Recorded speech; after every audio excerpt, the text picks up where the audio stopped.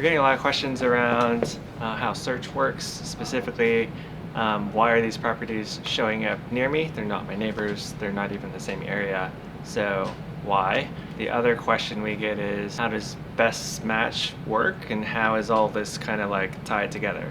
I think I know the perfect guy to talk to.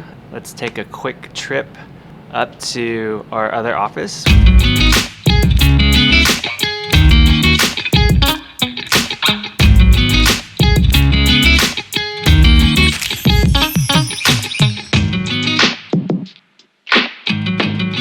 So we're finally here at our other office.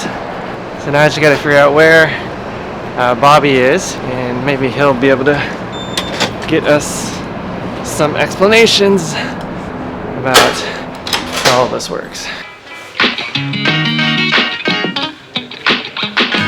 Let's see if we can go find him.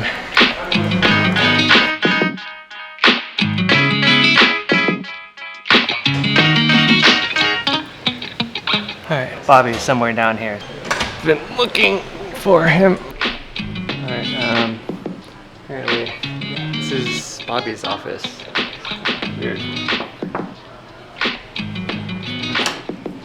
Hey, Tony. Hey Bobby. You know, we're just down here and wanted to know if you had some time to help answer questions. Yeah, sure. What do you want to know? Do you mind if we do it someplace else? Like, is this actually your office? Yeah, what do you mean? Okay. Yeah, how about we go find someplace else where we can talk about it? Yeah, okay. Cool. So we've been getting a lot of questions. People just want to understand a little bit more of what they need to pay attention to with best match, and then why properties are showing up near theirs when they know it's someplace else. I've heard there's been some concern about that, but I'm happy to talk about it. All right, cool. Let's go through it.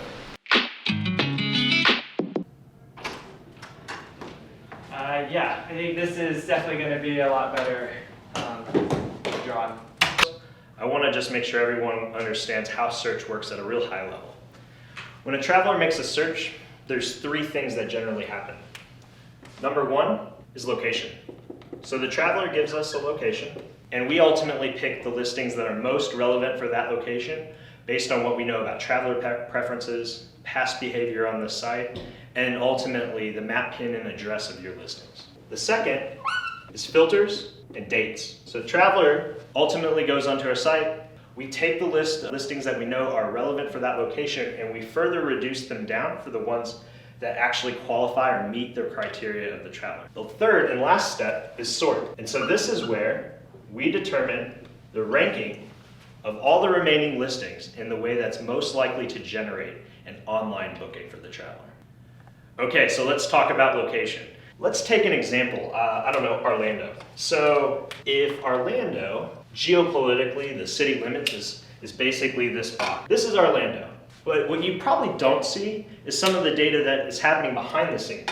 Like, where are travelers ultimately booking when they search for Orlando, Florida, USA?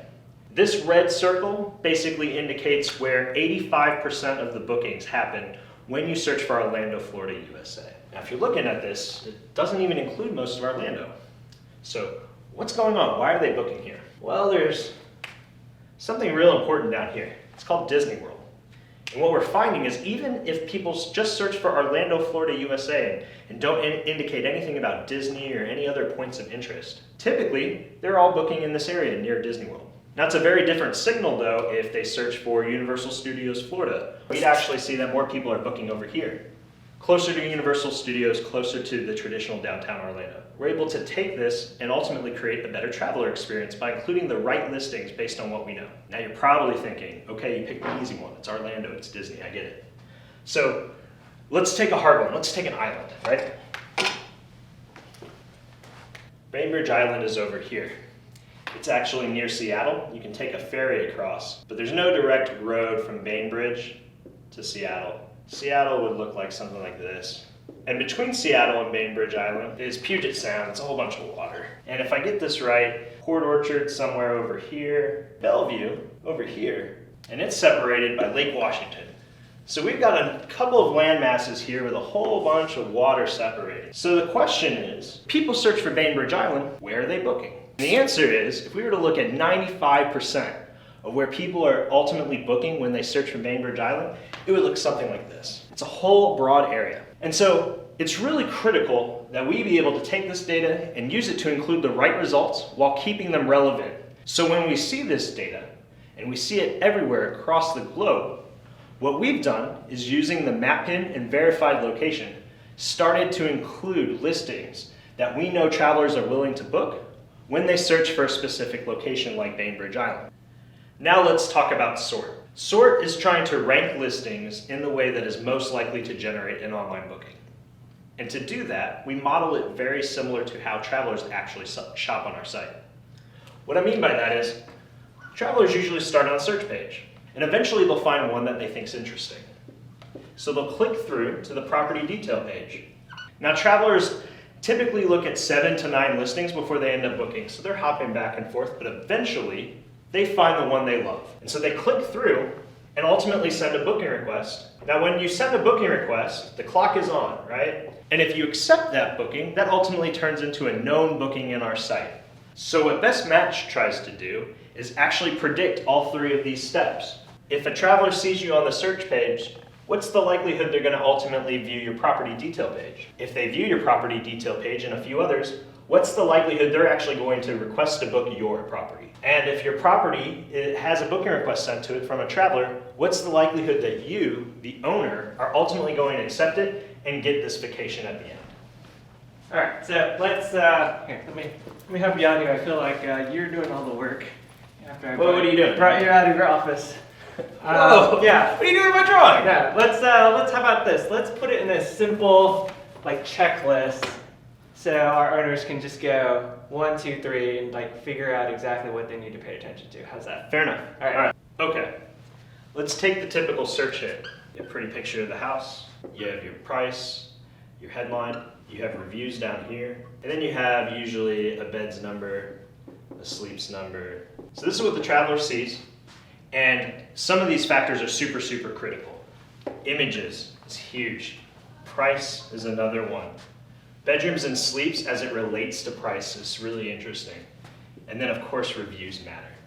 But there's some things that are happening behind the scenes that you're not probably thinking about. So here's the checklist of 7 things that I've found if you're doing all of these well, relative to your competition, relative to the other people in your area, then you're gonna be doing great in Best Match.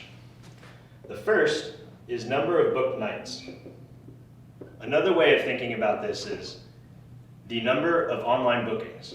Now the reason this is important is because we're constantly iterating on the algorithm and looking at a ton of different factors. And if you're not recording your bookings, then we don't know which listings are doing well or which listings aren't. So it's critical that you adopt online booking. It's critical that you get your bookings captured in the system. Number 2 is the views to contact rate. So if you go into your analytics page, you will see that we're showing you the views to contacts rate.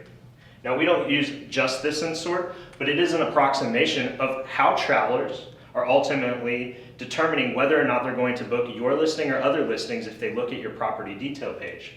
The higher the views to contacts rate relative to the other people in your market, the more successful you're going to be.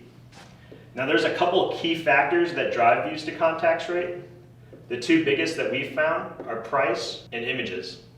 But if you look at your price per bedroom or your price per sleeps relative to others in your market on the search page, when it's typically high, we find that that drives a low views to contacts rate. Similar, we've seen high correlation between high quality images, so high resolution, beautiful images, that do a great job of representing the entire house. So if they don't see the features of the amenities they're looking for in the images, it ultimately doesn't exist. You may say you have a hot tub, but until they see an image of that hot tub and prove to themselves it's a hot tub, and they don't believe you. So the next one is the acceptance rate. This is the rate at which you take contacts and turn them into bookings. If you get booking requests, we expect that you can ultimately accept them for the traveler. Now there's no explicit penalty about not accepting them. It's all relative to your market. So if others in your market have a really high acceptance rate, you're going to need to as well to be able to compete against them. Number 6 is responsiveness. When travelers send you a booking request or an inquiry, they expect a fast response. The sooner the better. Again, there's no explicit penalty for this. It's all relative to your competition in your market. So if others are responding fast, you need to respond fast as well. Number 7 is reviews. It's one of the first things travelers see on the search page, and we know that travelers spend a lot of time reading reviews before they ultimately book. So did that answer some of your questions, Tony? Really great. I appreciate you taking the time to do this. Hopefully our owners will get something out of this. Yeah, it was fun. And if you're interested in seeing more of this type of stuff, let us know. All right, so I hope that was useful for everybody. If you have any feedback for us, there is a link below for you to do so. And I went ahead and put a little bit more information so you can find out more, or if you want to participate in our community and give us feedback directly, please go to the link below.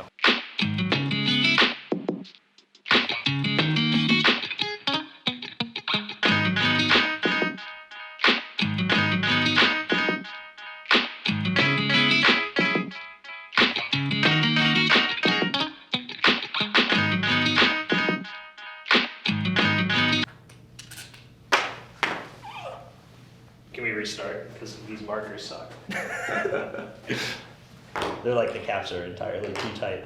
Fresh markers. All right.